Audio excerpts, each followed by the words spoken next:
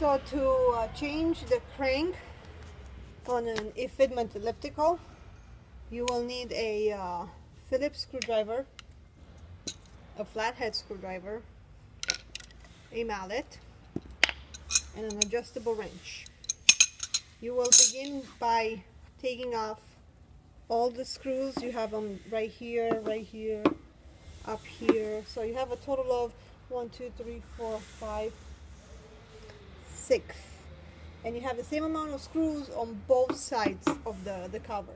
So first thing you do, you're going to take the screws out. I pre-loosened mine just for saving time. And you're going to proceed with taking off the cover. Of course, in the beginning,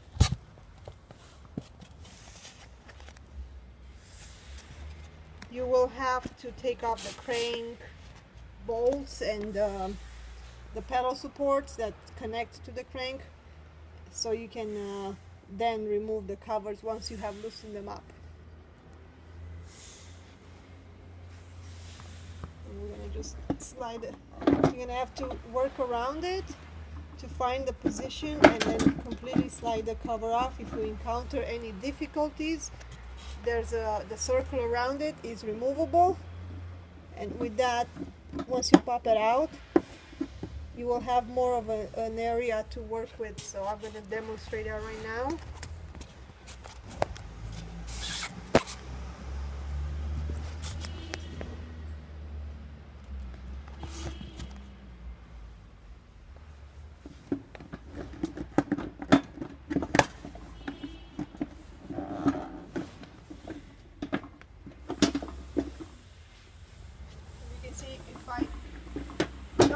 All the screws, then you'll find that certain sections are still connected.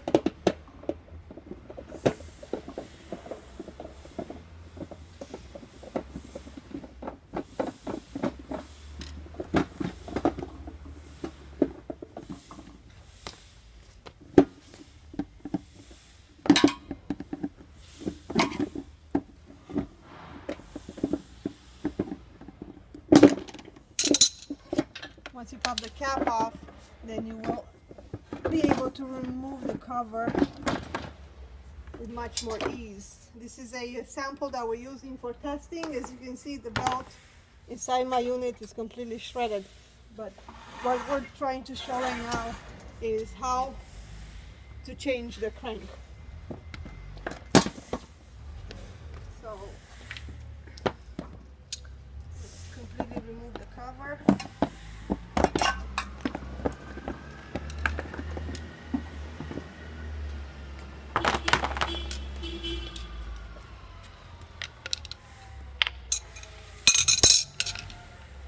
Now, you have, of course, your belt is intact. So to remove the belt,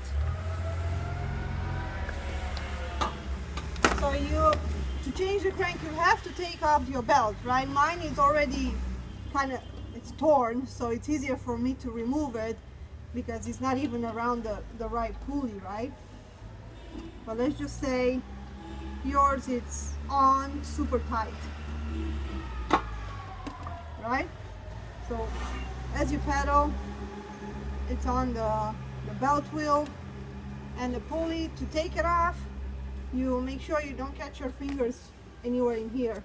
You pedal backwards, you turn the crank on backwards by hand, and you pull your belt outwards like that. When you pull it, obviously it's going to take a little longer because it's brand new. It will come off. The next step you're going to have to do with the belt off is to take off the actual crank.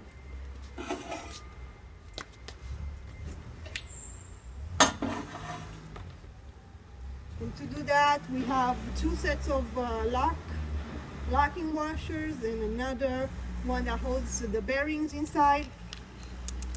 That's why you're going to need the adjustable wrench, because it's easier to grab.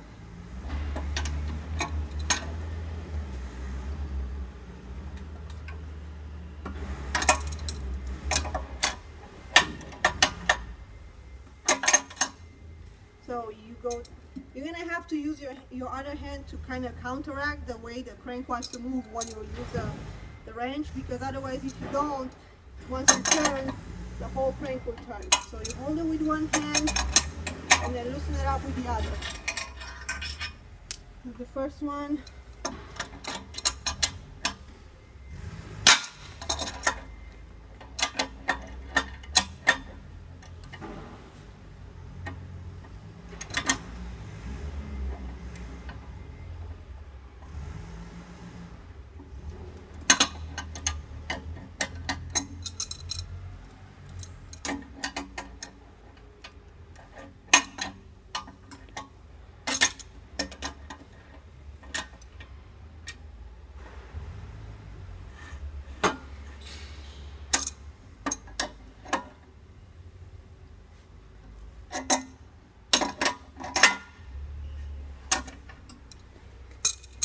Once you loosen the second one, slide it out.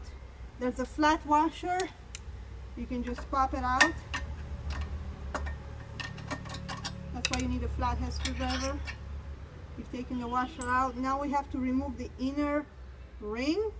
This one might be a little tricky because it's a little tight in there, so we're gonna try to use a mallet if it doesn't work. You're gonna have to try and kind of lock your crank arms into one place so you can remove this nut.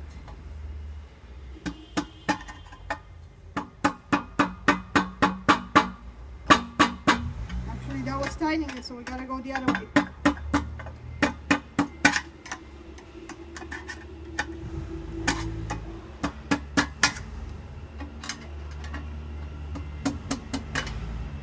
Once you see that it's starting to loosen up, you're going to position your hand inside and hold it.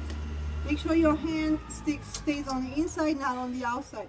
With your fingers you hold, and then you turn the crank by hand, going the opposite direction.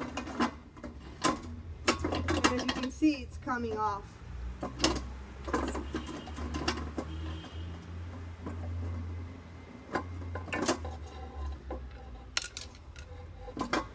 There is grease inside, a ball bearing, so you're gonna get your hands dirty.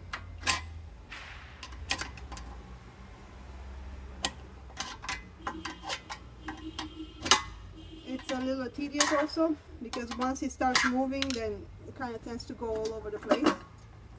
But keep going in.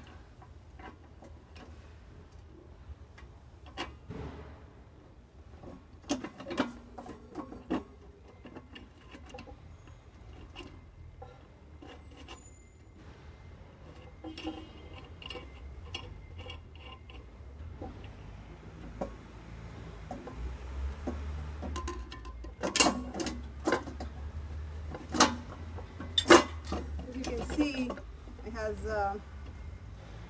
by doing it at the same time you're trying to record a video, it's not always the easiest, but we'll get it done.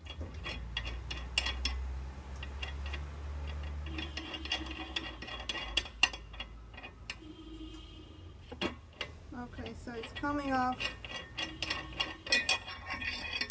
No, that's the last one, and then we have the bearings. When you take off your crank, now is your chance to also inspect those, because you might have some, you might want to lubricate or inspect the ball bearings inside. That's they're all there, but they could definitely use some lubrication.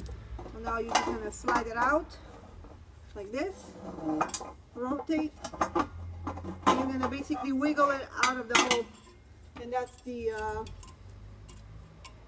those are parts of my belt, and that's the crank with the other belt, the other set of ball bearings. Now to replace it, you're basically gonna follow the same steps. You're make sure you clean the inside, you apply lubrication again. It has to be, because otherwise your ball bearings are going to crack. Once you have the new crank in hand, you're just going to insert the first set of ball bearings, just like that. Make sure they're lubricated and they're on the inside, the ball bearings facing outwards. Okay, and then now we're going to proceed with replacing it and putting it back inside. Again, you're going to have to wiggle it a little bit until you find the right position. Once you're inside, you're going to proceed with the other set of ball bearings. It's this way inside, this way. So you slide it in.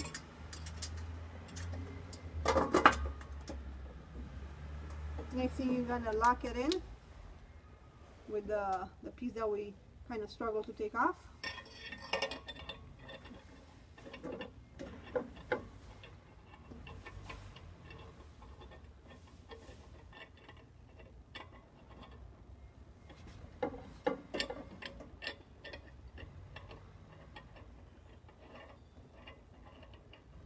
So to tighten, you have to go this way. To loosen, you go that way. And to tighten, you go this way. So that's loosened, and this way is tightened.